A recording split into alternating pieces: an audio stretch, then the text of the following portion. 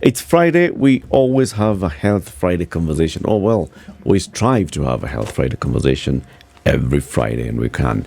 Today, we're going to have one. Last month was the Cervical Cancer Awareness Month, and we still want to continue that conversation on what happens around cervical cancer.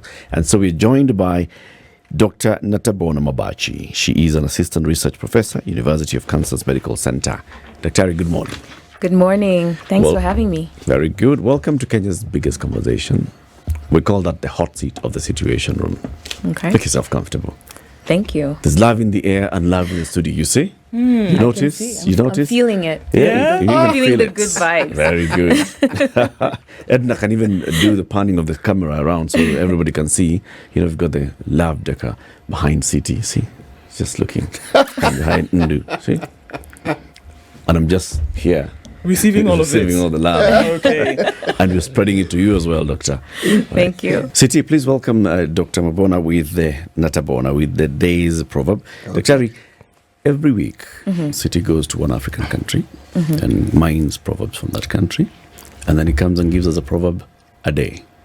And the job of our visitors is to listen to the proverb and give us their interpretation of it. Okay. Are you ready? I'm ready. City. Where the rooster, no, let me just preface it. Yes. Our proverbs for the whole of this week come from the Republic of Namibia. Okay. We chose this country to honor the recently departed president, who was a great friend of this country. Yes. Where the rooster crows, there is a village. Where the rooster crows, there's a village. There is a village. Okay. So rooster is usually the head of the chicken coop, right? So I'm assuming that signifies maybe head of household, head of home. And so if there is a good head of home, head of household, there is a good community that is built around that head of household, right? That's sort of where I think this is going. You're absolutely right. You see, the beauty of an interpretation, you cannot possibly be wrong. Okay. Yes, that is how the proverb speaks to you. Got it. Yes. Head of household can be either male or female. I just want to say that too. In this instance, The rooster female chicken cannot be rooster. That's true. Yes. But nonetheless, Yeah. the point is well taken. Thank you. It's a good interpretation as well. It's a good interpretation, actually, you know. Thank you. Now, Dr. Natabhona Mabachi, Yeah. you're from the University of Kansas Medical Center. Please tell us about that and what you do there. So since 2009 until about 2 years ago, I was an assistant professor at the University of Kansas Medical Center in the Department of Family and Community Medicine. And the work that I do there focuses on public health issues, particularly around women, reproductive health issues, breast cancer, cervical cancer, sexual assault prevention. Those are sort of the areas that I focus on.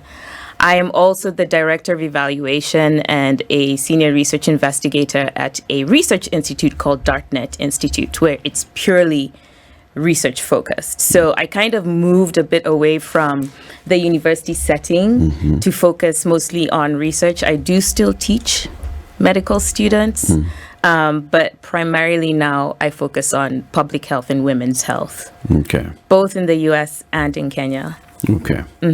So what kind of research have you been conducting in Kenya? So I have been in Kenya launching a new project that was funded by the National Institutes of Health. And it's a cervical cancer screening, treatment, referral, and follow-up project. We developed a web-based tool to help our providers better track our patients through the whole cascade of cervical cancer care, to make sure that they get the right treatment at the right points, the right time. Because currently what's happening is that a woman, first of all, may not get screened. So of our 10 million eligible women, 18 to 49 years old, only about 3.5% are getting screened, which is really low. When we're out in the field, some of the providers say it's as low as 1% out in the rural areas even. Yeah. And cervical cancer is a highly preventable disease. So no one should be dying from it, but that's what's happening in Kenya and in other sub-Saharan countries. So we came up with this tool to help our providers ensure that our patients make it through the whole cascade of care. So screening, if you're screened positive, you get screened and treated. So the Kenya Ministry of Health guidelines are screen and treat. Don't let that woman leave the facility, because oftentimes when she leaves, she may not come back. There's so many barriers, especially in rural areas. It could have taken lots of money to travel, all of those things. So if we do find a precancerous or suspicious lesion on the cervix, get her treated there and then with either cryotherapy, which is where you freeze off the offending cells, or thermocoagulation, which is where you burn off the offending cells. And, you can escalate from there if you have deeper lesions, things like that. So our system basically acts like an action, a call to action. It will send alerts to providers if patient doesn't come back for appointments. It will send text messages to the patient reminding them of their appointments. It will send text messages to the provider, also alerting them, hey, patient so-and-so hasn't shown up. It will help with the referral process if somebody has got cancer, because that's another place where there's lots of gaps in Kenya. So it closes the loop, the communication loop, for services in the cascade of cervical cancer care.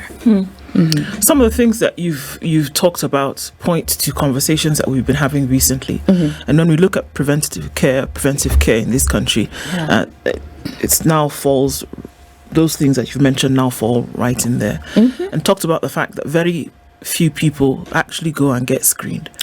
And looking at the barriers to that, one of them is cost. Cost is a huge barrier to screening, and so obviously when we're looking at preventive care, we have to look at now the challenge of cost.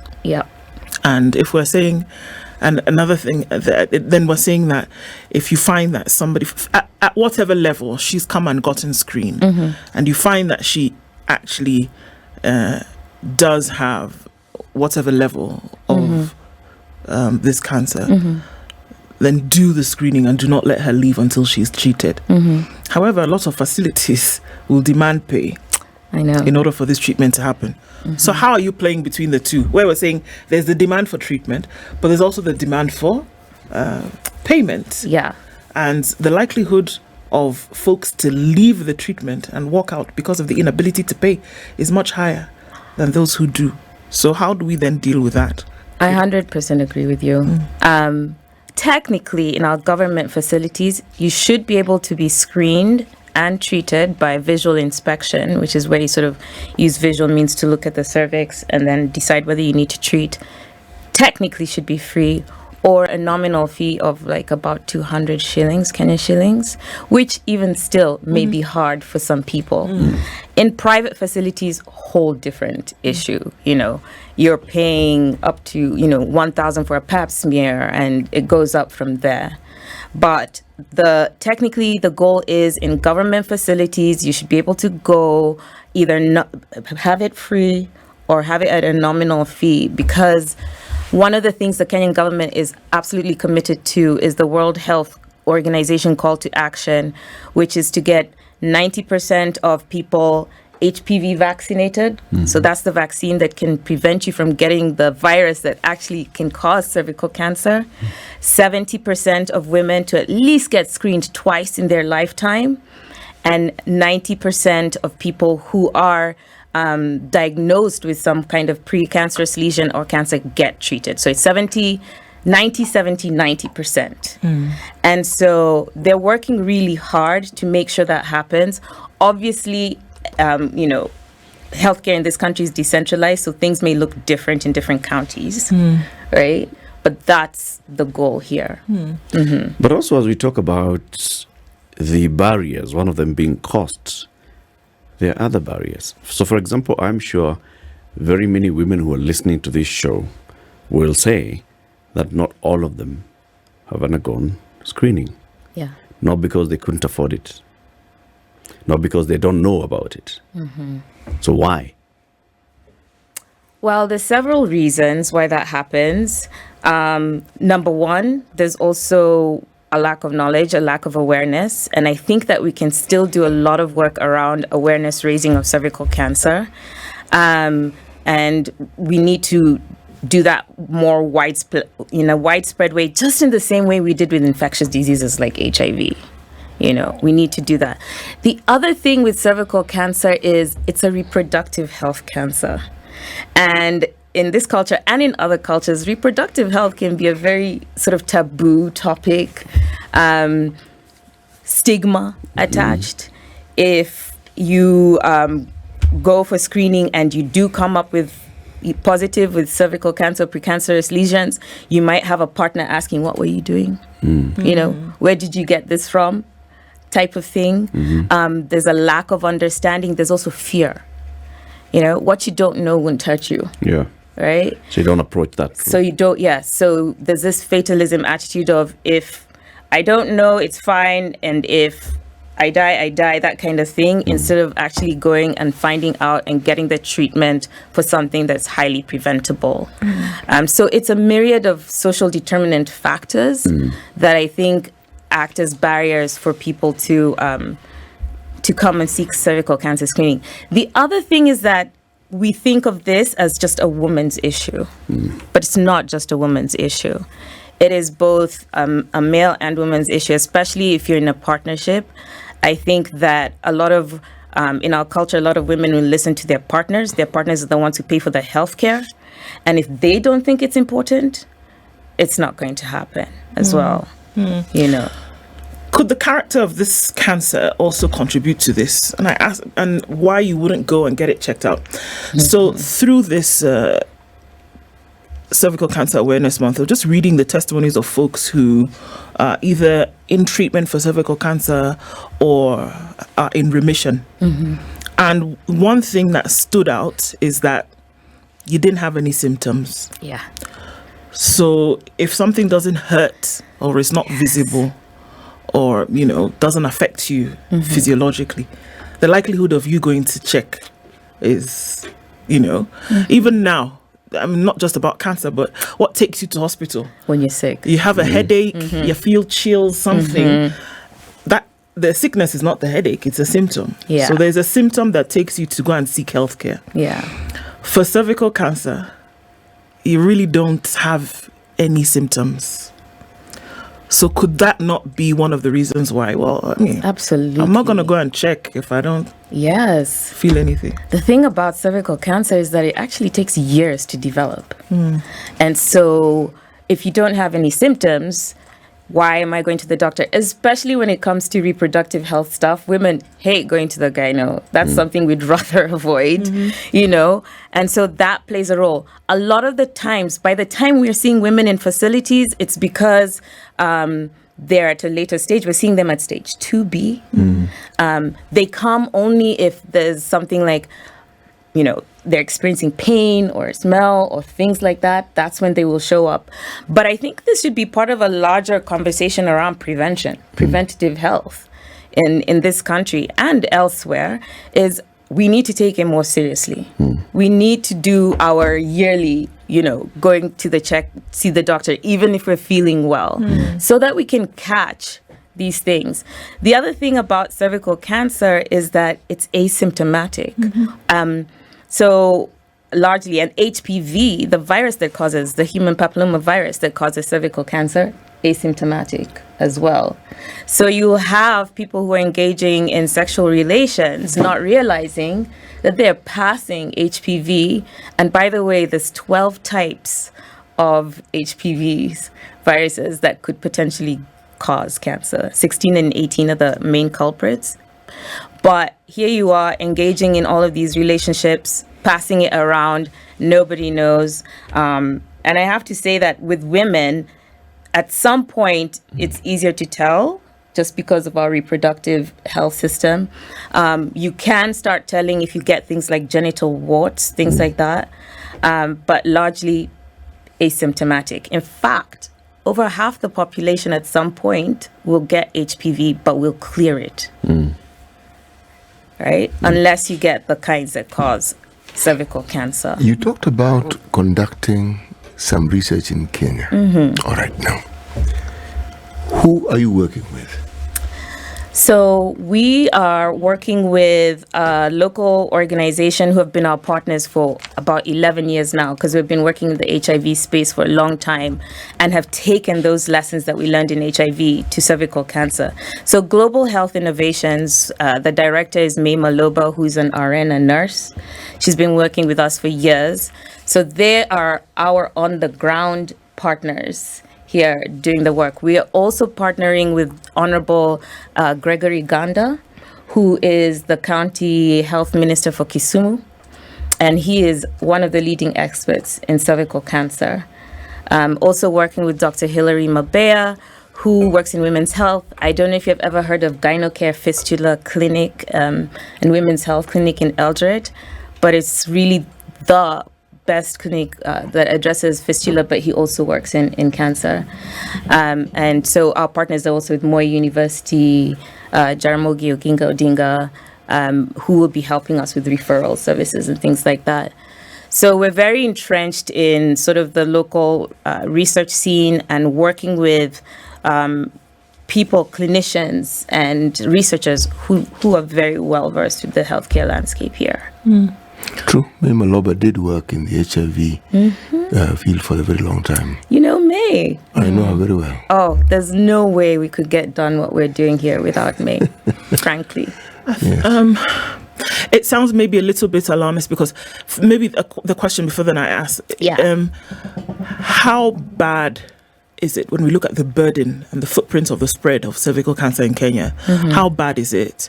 And even as you answer that, when we saw the pictures of devastation of HIV, that scared people into action. It sounds terrible, but it had the results, I think, had some kind of positive outcome, because it got people to be a little bit more careful. And I mean, I've had a number of conversations with CT about the work that they did in terms of that communication. But it seemed as though it's something that needed to be done to kind of jolt people into the realization that your behavior then has an effect on how you could or could not be infected and then affected by the disease. But there's so many things that have been said about cervical cancer. The silent killer, you don't know about the symptoms. You're not going to go and check because you don't feel anything. But if we understood the burden and how bad it really is, then maybe that will jolt us into, more health-seeking behavior. Well, according to the International Agency for Research on Cancer report, in 2020, we had about 16.1% of new cases of breast cancer, but it was closely followed by cervical cancer at 12.4%. And so that's really high. It's a non-communicable disease, so obviously the numbers aren't as high as infectious diseases right now, but they continue to rise because of our changing lifestyles, things like that. And when you think that about 500,000 new cases of cervical cancer are found globally, and 270,000 of those are in the global south, i.e. sub-Saharan Africa, to me, that shouldn't be happening. Why are we bearing the burden of a preventable disease like that as well? And 80% of women showing up with stage 2 is serious. How do you integrate this process with the normal care seeking activities that women have within a hospital? Because if you segregate it and require people to specifically come for screening, that gets very tricky. But if it is part and parcel of what women go through, because if you look at care-seeking behavior of people, say in this country, women have a far more organized care-seeking behavior pattern when it comes to than men. Yes, agreed. Men tend to go to hospital when they're at death's door. To chop off. Yes. Or their partners, their wives forced them. Yes. So that integration to ensure that it's actually just something that is considered normal when one goes to hospital?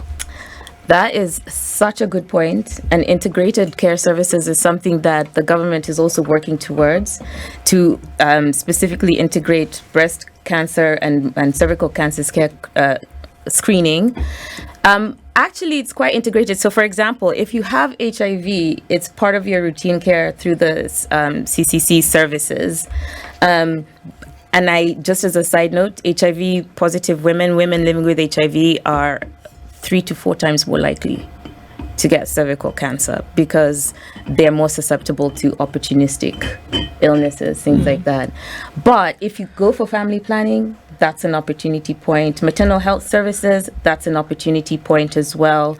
So a lot of facilities are looking into this integrated care model. See, where the problem arises is this. When you look at the care that is provided within a comprehensive care center, those services were predominantly financed through grants, assistance. Now, the integration I'm speaking about is where county governments, national government embrace it and they are the ones who run with it. Because funding comes to an end at some point. It does. Yes. And then when it does, then what? You're lost. That's when a lot of facilities will run out of CO2 gas for their cryotherapy machines, things like that. Yes. And I think that's one of the gaps. That's something that we can work on and we can do better. And I think that there has to be a way that every county has this as a line item in their budget for, health services in the counties. Some counties are doing that already to some extent, but again, it varies from county to county as well. We've talked about some of those barriers. Yeah. Lack of awareness, the cost, But like we were saying, Citi mentioned, women's healthcare seeking behavior is very different from men's healthcare seeking behavior. And you also said there are very many touch points with the health system. That family planning, visit a health facility, antenatal visits, having these conversations and all. So how can we then improve the screening aspect? Because as we brought in the other angle of the cultural issues and maybe mental barriers when you think about reproductive health screening. How can we change that? So that then these women who are going for family planning, who are, when they're pregnant, they're going for antenatal visits and they're having conversations with the doctor, they also can say, all right, at this particular point in time, I can go for screening and not even have to think negatively about it. I think one of the areas that we are focusing, especially our partner May Maloba is really trying to focus on, is involving male partners more. We think that's a huge gap. That's one of the crux of the matter. Lessons learned from HIV. Encouraging women to come in with their partners to get tested was part of the big push, when we're talking about that particular disease. I think we need to do the same thing here. Reproductive health is not just a woman's issue, it's both a man and woman. If you are having sex with somebody, both of you are involved, right? And if you are in a partnership with somebody, make sure that that person is also involved in the care, the healthcare cascade as well. For example, when it comes to HPV, get men tested. We need to raise awareness around that. Men are oftentimes asymptomatic and tend to be oftentimes the culprits of passing HPV around, right? And so get tested. Make sure that you know your status in regards to HPV. And if you do test positive, let your partner know.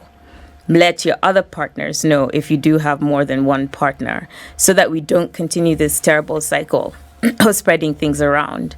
But if both people aren't involved, then I think we're losing a big part of the puzzle here.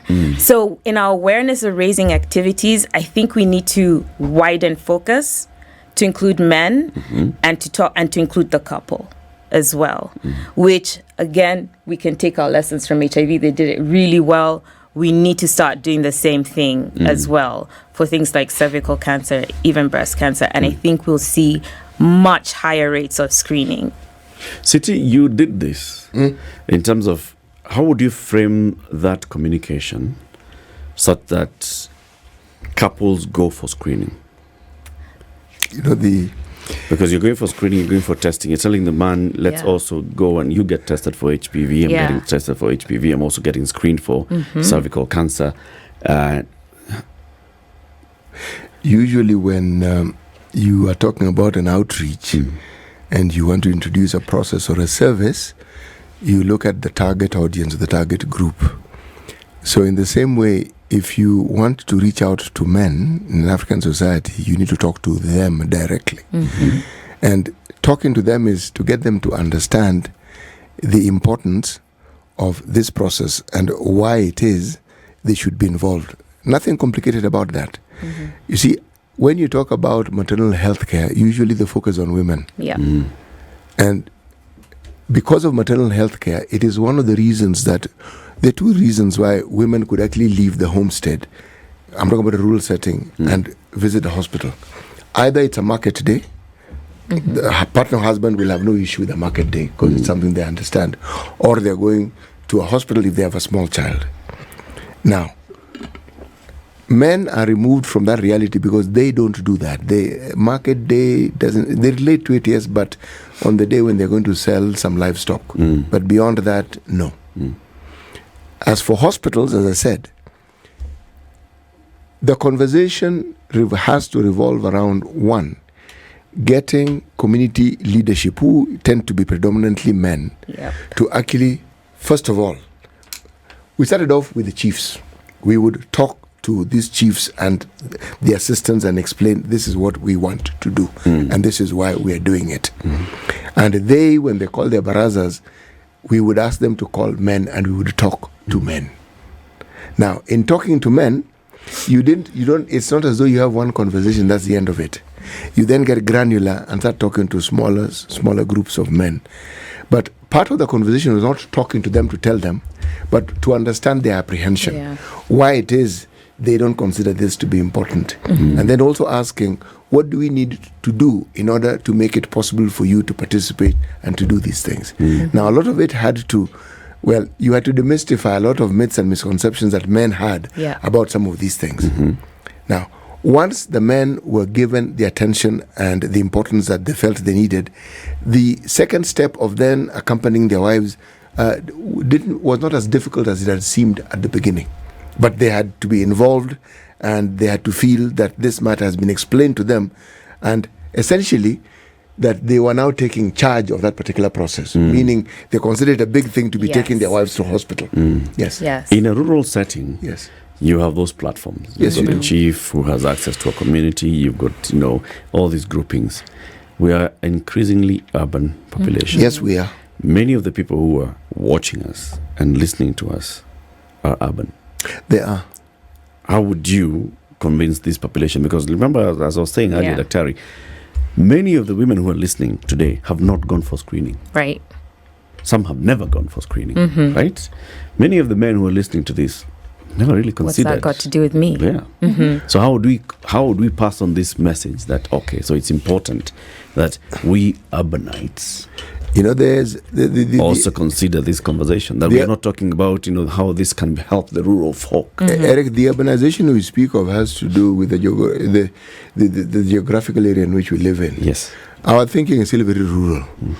We tend to think fairly traditionally as men. So it's not as though someone comes to town and they suddenly urbanize beyond compare and they're not. Same. So you look for in an urban setting where men would gather. That's it. And it is these places that you target with that particular message. And each of these gatherings will have people who are in the leadership. So again, the rural areas, we would be talking to chiefs. Here you'd be talking to the leadership. And when you talk to the leadership, here, whether it's an MCA or whether it's a community leader, whoever it is, these are people who are listened to, and these are the gatekeepers whom you open this door to the conversation with, and you will be given a hearing. The thing about an African setting, people will give you a hearing. Once you've gone through the channels that they consider appropriate and respectful, when you want to talk, they will listen to you. Now, it's a question of how you want to explain it from the perspective that men would deem as being important to them. I agree. Going into men's spaces, going to where they are. One of the things we are doing is doing focus groups with men to find out exactly some of these things that you're talking about, and also the ways that they want to be communicated with that will resonate the most with them. So, like you said, understanding the myths surrounding this, helping them to see, understanding what they think about this, like, why does this involve me? Why is this important to me? So what is the type of awareness raising we need to also be doing? What are the types of conversations we need to be doing so that they can become the rooster that crows, right? To go back to the proverb. Because I don't know about your experience, but oftentimes when a man thinks it's his idea, it's a good idea, right? And so he really pushes that he'll idea. push it, and he'll push it in the home. Yes. Right? And if he has young daughters, he may even suggest, let's take her for HPV vaccination so that we can make sure that she's safe. Those kinds of things. So this is why we think that involving men is imperative to the success in increasing our screening rates, our vaccination rates, and all of those good things. The preventative aspect, of course, to screening. What are the success rates of treatment because we found cervical cancer early? Really high. I mean, we are talking 80+% success rate if you catch it early enough. Okay, and what's early? Stage 1? Stage 1, stage 2. Okay. Yeah, and those stages you can, do a hysterectomy or a radical hysterectomy, or you can start chemotherapy or radiotherapy.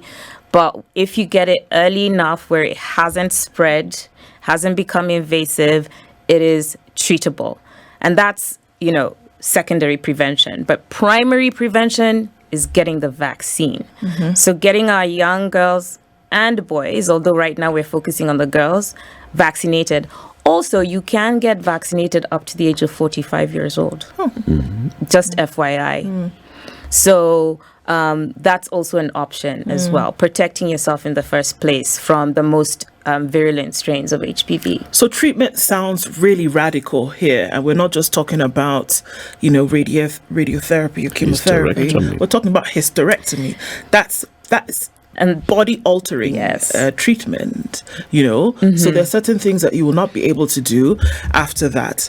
So, True. and this is what we're saying. Treatment essentially means removing a part of your body. We're not saying, or are we saying that treatment also includes localized attack of those offending cells, and that you could still remain with all your physiology in place? Yeah. So that treatment I was talking about is if you have invasive cancer. Okay. If you have precancerous lesions, then that's when you do the cryotherapy, where you freeze off the offending cells, the suspicious cells.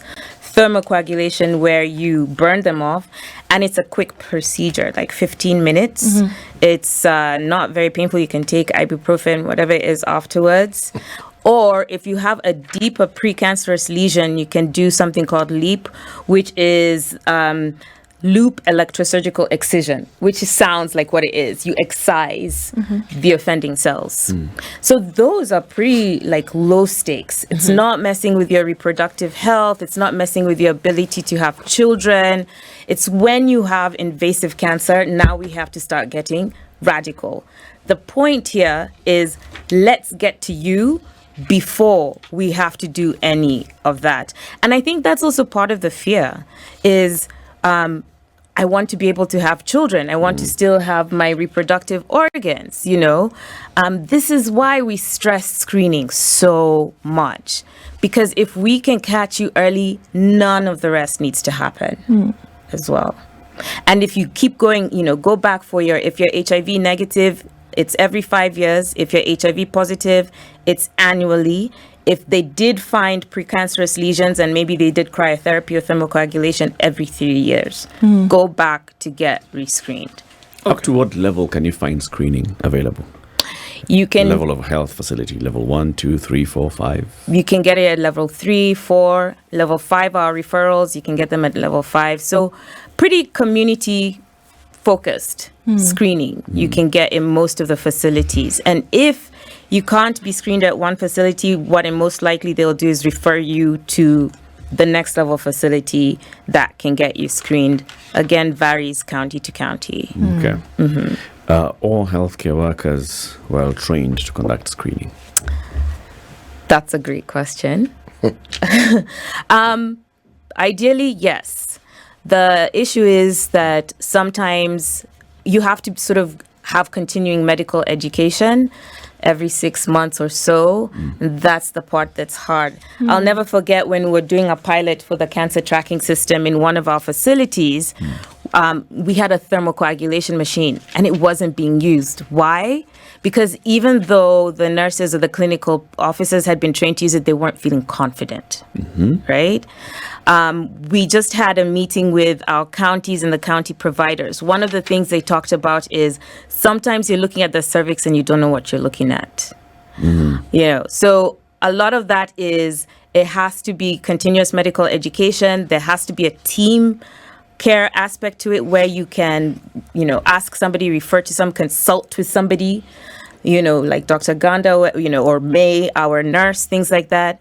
And so this is sort of disjointed across counties. So one of our goals as we roll out our study is educating our providers. So we've spent a lot of time just doing refreshers on cervical cancer, what cervical cancer looks like, the treatment guidelines, know those by heart, all of those things, how you should be keeping really good data. I don't know if you all know that currently we still use those ledger books a lot, especially in the rural areas. Yes, we do. Yeah. And sometimes because a center may have maybe only 1 or 2 people who are doing the screening, they don't get filled out properly. So we don't get a really good picture of what's going on in that facility, which spirals into we're not getting a good picture of what cervical cancer looks like in the whole country because the reports provided to county aren't full and detailed. Part of the problem... Sorry, no, go ahead and do. No, please, go ahead. So this is interesting because just, some months ago, government hired 100,000 CHVs. 100,000. Peace. CHPs, sorry. And of course, with the basic first aid, basic primary health care mechanisms, essentially to go from place to place. And a couple of weeks ago, we also did hear about how there was now a simplified test or screening for cervical cancer. Wouldn't it be a fantastic place to body up here? To then actually see that you're actually doing the screening, because we are saying that the screening is extremely important. There's 100,000 of them now around who I feel they should be paid a lot more. And of course, those are conversations for later. But is this not something that we could do to then make sure that your screening profile raises significantly? Yes, absolutely. I think there's a lot of opportunities for community-based screening where we use our community health personnel, community health workers, train them to go out into the community and to widen the scope of people who are getting screened. There's a huge opportunity there. There are models out there where they're called like cervical cancer screening community camps type of thing, where you sort of will roam from community to community, gathering the reproductive health, aged women and things like that, because not everybody can get to the facility. That's one of the barriers. So let's go to where the people are. I think that has worked for other diseases. It can work for this as well. Cervical cancer, especially, even can lend itself to home testing. The whole model of how health facilities work in this country has always required tweaking, periodically so. Now, HIV proved this. One, because you'll find the individual healthcare provider who was referred to as a nurse did everything. They are the ones who would ensure that they receive the patients. They are the ones who would take the record. They're the ones who would take your height. They do everything. So you want to ask the question, what medical training do you actually need to take someone's temperature to measure their height? Or what medical training do you actually need to fill in a ledger? You just need to have the proper training. and you can get it done. Look at the Men to Mothers we had for HIV. That was exceptionally good and worked really well. I've worked with some amazing Men to Mothers who just, I think, radically changed the way the face of HIV and how They did. people, And the peer educators whom we had. You see, if you look at the CHPs, as we call them now, rolling them out is all good and well, but the landscape where HIV prevalence was very high, there are very many well-trained community health personnel, really trained. You talk about cancer screening, you'll find them. All these things that are now being cobbled up and being brought up as new, you'll find people who are even better trained. The thing that concerns me about these community health providers is this. Is there curriculum for training them? Just equipping somebody with some electronic gadget is not enough. They have to have a certain amount of healthcare knowledge. They must have. Agreed. And then And continuous. and then it must be uniform, so that when you come across a community health provider, you know this person has this sort of understanding. Otherwise, they will not be very, very useful, even in the role that they have been given. That's one. Secondly, the push to actually have the services we are speaking of being integrated. I know of the battle and the long struggle to actually have HIV care and treatment integrated into everyday healthcare.